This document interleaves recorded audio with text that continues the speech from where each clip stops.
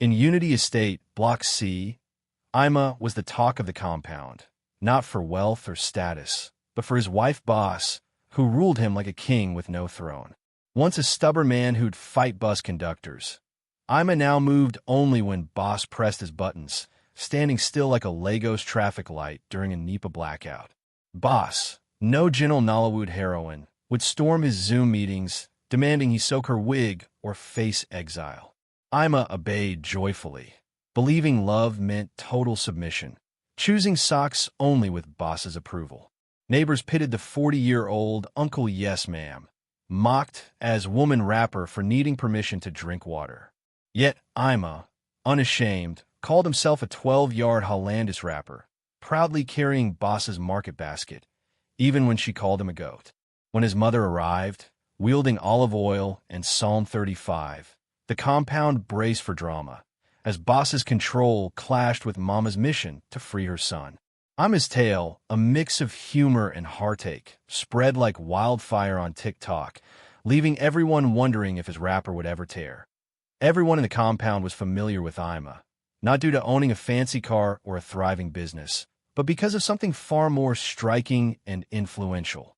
He had a wife named Boss, who had transformed him from a confident, grown man into something akin to a powerless remote control, moving only when Boss pressed his buttons and remaining still like a broken traffic light during a power outage when she didn't. Before tying the knot, Ima was known as the most obstinate man in their neighborhood. He was the type who'd bicker with bus conductors and clash with security guards over simple requests like signing a register. But since marrying Boss, his fiery spirit had dwindled to a flickering candle, slowly melting away. Unlike the soft-spoken women in Nollywood films who weep quietly in the kitchen, Boss was bold, the kind of woman who'd barge into Ima's Zoom meeting and demand, "Ima, go soak my wig in conditioner right now, or you're not sleeping here tonight." Astonishingly, Ima complied willingly and cheerfully, not because Boss enjoyed yelling or intimidating him, but because he believed love meant obeying his wife's every wish without hesitation, taking this belief as seriously as a daily dose of paracetamol. Even for something as simple as choosing socks, he'd ask Boss, "My love, should I wear the blue or the red ones?" And if she chose blue, he'd wear blue. If she snapped, "Are you crazy?" he'd apologize and go barefoot. One day, a neighbor, Mr. Fatai the tailor, visited Ima and asked, "Aren't you joining us for evening football anymore?" Ima gave a timid smile and replied, "I need to check with my wife first." Before Fatai could respond, Boss's voice thundered from inside the house like a generator's hum. "Ima, if you go with that foolish Fatai to kick a ball like a child, don't bother coming back. Go straight to your mother's."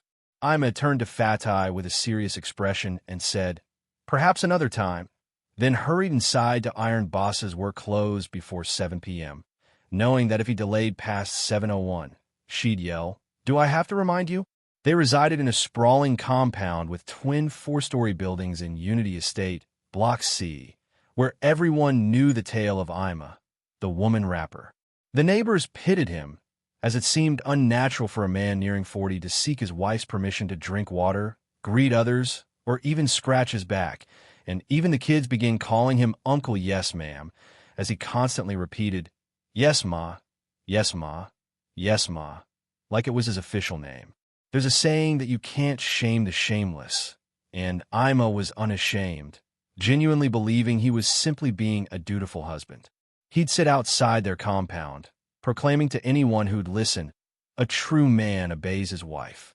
Submission isn't weakness, it's love. When someone labeled him a woman rapper, he'd chuckle and say, "If loving Boss makes me a rapper, then I'm 12 yards of neatly ironed Hollandis fabric." Yet, deep down, everyone sensed something was off, as Ima, once unable to tolerate the slightest insult, now laughed off Boss's public scolding in the market, where she'd call him this goat of a husband, and he'd reply, "A goat who loves you dearly," happily carrying her basket of peppers and onions on his head. Did you know Boss sometimes punished him by making him wear her wrapper for minor infractions, like forgetting to call her darling in front of guests or neglecting to soak her clothes in Dettol? One evening, as Ima returned to his flat with 2 bags of sachet water balanced on his head, someone from upstairs shouted, I'm the woman rapper. And Ima looked up, grinned, and replied proudly, my rapper's cleaner than your bedsheets. One Thursday evening, the men of Unity Estate, Block C, gathered under the mango tree behind their compound, a place typically used for drying clothes or playing Ludo, now a haven for beleaguered husbands in distress. Mr. Fatai the tailor, who called the meeting, paced anxiously with his measuring tape still draped around his neck, fresh from wrestling with a tricky lace fabric, his face etched with concern as he repeated, gentlemen, this has gone beyond a joke. If we don't help Ima, our wives will soon be using us as mops. Baba IB, the meat seller whose wife still respected him, adjusted his cap and agreed, it's true. Since boss arrived, everything's changed. Women now see us as fools. Just yesterday, my wife told me to wash her bra, saying, if Ima can do it, so can you. The men groaned, pained by the thought, as Ima the taxi driver exclaimed, now my wife drives my car to the market, telling me to stay home with the baby, saying I've joined the movement. The group let out a collective, ha, and fell silent, staring at the empty chair reserved for Ima. He hadn't arrived yet, and someone asked, will he even show up with boss around? Another muttered, if she catches him here, she'll drag him by the ear like a schoolboy. Just then, they heard the shuffle of bedroom slippers. It was Ima, moving cautiously like someone who'd escaped prison to grab biscuits. He reached the mango tree, greeted them softly, good evening, brothers, and sat down. They gazed at him with sympathy, as if he'd wagered his future and lost, and Fatai didn't hesitate. He pointed at Ima and said, Ima, we're not here to fight you. We care about you and want to help you regain your spine, to remind you you're a man. Ima looked puzzled, as if tasked with solving a complex math problem on the spot, and said, I'm okay, really. Boss and I are fine. She allowed me 15 minutes for this meeting, so please, let's hurry before she calls. The men clapped once in exasperation, and Fatai pulled out a small white book he'd copied from a wise man in Mushin, titled 7 Ways to Reclaim Your Manhood Without Going to Jail. He handed it to Ima, who took it as if it were scalding hot akara, flipping through it nervously as Fatai explained, this book has saved marriages. You don't need to fight, just say no sometimes. Stop asking permission to eat bread or kneeling to apologize for using hot water. Ima scratched his head, eyes darting like a prisoner awaiting a chance to escape surveillance, then sighed. But love is about sacrifice, right? Not slavery. The men shouted, Ima, in unison. He nodded slowly, as if a realization was dawning, and for a moment, the men felt hope. Perhaps the rapper was loosening. But then his phone rang, his eyes widened, his hands trembled, and he answered it like he was receiving orders from a military base. He whispered to them, it's boss. She says I need to come home now to soak beans before it's too late. He stood abruptly, returned the book to Fatai, and said, thanks for the advice. I'll pray about it, but I need to go prepare the beans for my wife before she gets upset. With that, he dashed off, his slippers flapping against the wet ground like a pregnant woman adjusting her wrapper. The men sat in stunned silence, watching him vanish into the night, their hopes crushed. Yomi finally voiced their shared fear. If we don't stop this rapper epidemic soon, we'll all be begging our wives for pocket money. Weeks later, a neighbor, Mr. Lady the Mechanic, was turning 50 and planned a modest birthday celebration for Saturday evening, inviting all the compound's men for a simple gathering with a DJ, drinks, grilled chicken, and pepper soup. The men were already there, laughing, sipping drinks, and swaying gently to Davido's Feel It, when Fatai nudged them, look who's here. They turned to see Ima, dressed in his best brown shirt with gold buttons, reserved for prayer days by boss's decree, his face lightly powdered, hair neatly combed, walking gingerly as if tasting freedom for the first time. The men's jaws dropped. Papa nearly spilled his drink, exclaiming, Ima, you made it? Ima smiled and said, she's asleep. I told her I'm buying Maggie. I've got exactly 1 hour and 12 minutes before she asks for it. They embraced him like a long-lost husband, offered him a seat, a drink, and even chicken gizzard. Ima's smile was so wide it seemed his joy was returning. The music grew louder, and the men danced, one joking, don't go back to being a rapper. Ima shouted back, it's my soul. But then, an unexpected twist arrived, boss. As Ima was about to take another bite of chicken, a girl from Block A ran in, screaming like a police siren, Uncle Ima, boss is coming with a broom. Fear swept through the group like a cold breeze. They looked toward the gate, and there was Boss, the lioness, Ima's overseer, storming in with her wrapper tied high and a broom in hand like a warrior's staff.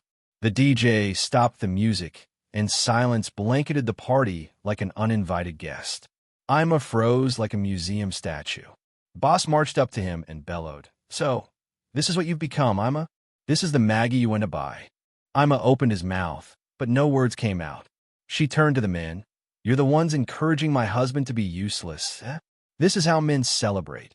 Useless group? Without warning, she swung the broom, striking Ima's back, and the crowd gasped in unison. Ima cried, boss, it's just pepper soup. Boss yelled, you think gold buttons make you a man, ABI? She grabbed his shirt like cheap paper, spun him around, and ordered, let's go home before I humiliate you further. Ima followed, clutching his slippers, which she'd knocked off with a broom, and they left like a mother dragging a child to night lessons. The party stayed silent for a full minute until the DJ announced, ladies and gentlemen, that was Ima, the woman rapper live. Laughter erupted, though deep down, each man felt a pang of sorrow for him. The drama didn't end there. That night, the incident hit the estate's WhatsApp group, and someone posted a video of Ima's broom beating on TikTok, captioned Woman Rapper Chronicles. By Sunday morning, it had spread to Facebook, and Instablog picked it up, captioning it, Lego's husband turned houseboy. Wife publicly beats him for partying. Some laughed, others wept, but one person took it seriously. Mama Ima, a formidable woman from Abu who raised her 4 sons with prayers and discipline. Seeing the video on a neighbor's phone, she dropped her Gary and shouted, Mugby, my son, carried for 9 months, is now pepper soup for a Shagamu girl. She wasted no time, tied her largest wrapper, packed 2 Bibles, donned her church hat, and boarded a Lagos-bound bus with olive oil and a heart full of resolve. Arriving at Unity Estate by 7:45 p.m., as residents fanned themselves and gossiped, she demanded, where's flat one? Where's the girl turning my son into a mopstick? The compound fell silent. Mama Ima, short but fierce, with broad shoulders and strong legs, dragged a Ghana Musco bag, holding her anointing oil like a badge. She didn't greet anyone, marching straight to Ima's flat and banging on the door like she was toppling Jericho's walls. Boss opened it cautiously, smiling nervously, good evening, Ma.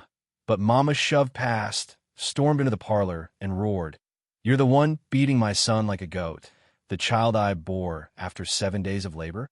You've turned him into a handbag. Ima, trembling on the couch like a shaky generator, stammered, Mama, it's just love. She snapped quiet. You're soaking wrappers and washing pants, a child born through prayer and fasting. Turning to Boss, she demanded, what did you put in his food? Juju or remote control? This isn't normal. Boss protested, I'm not controlling him. He just loves me too much. But Mama slapped her hard. What kind of love is this? She pulled out her large Bible, shouting, Psalm 35, open it now. We're praying tonight. Mama doused the chairs, fridge, and DSTV remote with anointing oil, warning Boss, I'm not here to fight, but touch my son again, and your hair will burn. Neighbors watched from windows, whispering, it's happening. The wrapper is unraveling. From that night, peace fled Ima's home to Canada. The house split into 2 camps, Team Boss, the controlling wife, and Team Mama, the mother reclaiming her son like a loan collector, with Ima as the ball kicked between them, while neighbors watched the drama unfold. The gateman quipped, no more Netflix, this is my stream now. Every small task sparked conflict. If Boss said, Ima, boil water, Mama Ima retorted, boil it yourself. Is he your servant? If Mama said, Ima, fry plantain, Boss snapped, he's not your eldest son. Eating required strategy. If Ima ate Boss's food, Mama accused him of choosing his juju master. If he ate Mama's, Boss sneered, you'll choke on that ancient begairai. Ima lost weight. His eyes circled like a cult member's, his slippers worn from endless errands, and neighbors pitied him, as he seemed trapped in 2 universities with no degree in sight. One Sunday afternoon, with Boss at the salon and Mama praying, Ima sat alone on the veranda, head in hands, doing what frustrated Nigerian men do. He recorded a WhatsApp voice note for his friend Mori, but he mistakenly sent it to the compound's group, including Mama Peace, Baba Akeem, and Sister Jennifer. In it, he bared his soul. Mori, I'm exhausted, mentally, emotionally, spiritually done. Marriage is tough. Since Boss, I've had no peace. I was a man, now I'm a mop. Mama's here, but she's turned the house into a prayer camp. Should I run or collapse? God, give me peace. Realizing his error, he shouted, Yay, compound group, and frantically tried to delete it, but 20 people had seen it, and 1 had forwarded it. The compound buzzed with gossip. So, Ima hates the slavery? The rapper's torn inside. Kids sang, I want peace, I want peace. Chaos erupted at home. Boss fumed. You're airing our issues? You can't even iron properly. Mama added, pretending you don't want me here? Fine, I'll leave, but don't call me when she buries you. Ima, like a referee without a whistle, begged. It was a mistake, but the house imploded. Boss slammed the bedroom door. Mama sat on the couch like a refugee, and Ima, barefoot, gazed at the moon, muttering, Is this marriage or boot camp? Neighbors munched peanuts, saying, This beats Z World. For days, Boss was silent, not yelling even when Ima oversalted the stew, making him think peace had arrived. But Mama, now staying with her brother in Aguda, warned him that silence isn't peace. It's a lion waiting for midnight. She was right. The next morning, Boss woke Ima with a black nylon and a sly smile, saying, We're going to the tailor for our couple Ankara for a pre-wedding shoot. Then the registry. Ima, startled, asked registry, Aren't we married? Boss replied, That was part 1. I want a grand white wedding. Suit for you, ball gown for me. You'll propose again. Say no, and you know what I can do. Ima stared at his wrapper, speechless. She left the nylon with the lace, saying, Be ready in 10 minutes, or I'll have the tailor use your old suit for your trousers. In the bathroom, Ima locked the door, sat on the toilet, and stared at the mirror, questioning, How did I get here? I played football, control my life. Now I'm voiceless. He texted Mori. She wanted a white wedding. I'm still recovering from the traditional one. Mori replied, Take your life back, or we'll get you a zippered wrapper. That afternoon, Ima skipped the tailor, turned off his phone, and went to a barber to shave his hair and beard, then ate and goat meat at a canteen, reclaiming his Yoruba strength. Mama Basaira gave him extra meat for support. Boss, furious, returned to an empty house, called him 5 times with no answer, and asked the gateman, who said, He left this morning. That evening, Ima returned calmly, ignored Boss's stormy glare, cooked his own indomie, his first in 2 years, and slept on the couch, carefree. Boss couldn't sleep, stunned that Ima cooked without permission and left his shoes out. The next morning, expecting him to fetch water and iron her blouse, she was shocked when he bathed, dressed in jeans and a native shirt, and left, saying, I'm going to live. Boss, enraged, stormed to Mama Basaira's shop, who said, He bought me a drink and tipped extra. Boss hissed, With what money? That evening, Ima returned with a bag, sat confidently, and faced Boss's wrath. You think cooking indomie makes you a man? This is my house. Ima replied, It's our house, but I'm done being a houseboy. Marriage, not management. Boss raged. After all I did? I fed you, bought your boxers. Ima stood. I'm grateful, but love isn't ownership. If I can't think, breathe, or eat a banana without permission, am I your husband or handbag? He switched the TV from Telemundo to football. Boss gasped. You touched the remote? Ima declared, Yes, and I'll do it again. Neighbors whispered, Someone's wrapper is burning. Boss retreated silently, her control unplugged. That night, Ima slept on the bed, and boss gave no orders, seeing a reborn Ima, unafraid to swat any buzzing mosquito, even her. Boss burned her wrapper, for Ima had risen. Thank you for reading. Share your thoughts in the comments, like, and share with loved ones. Subscribe if you haven't, and stay tuned for more stories. Bye.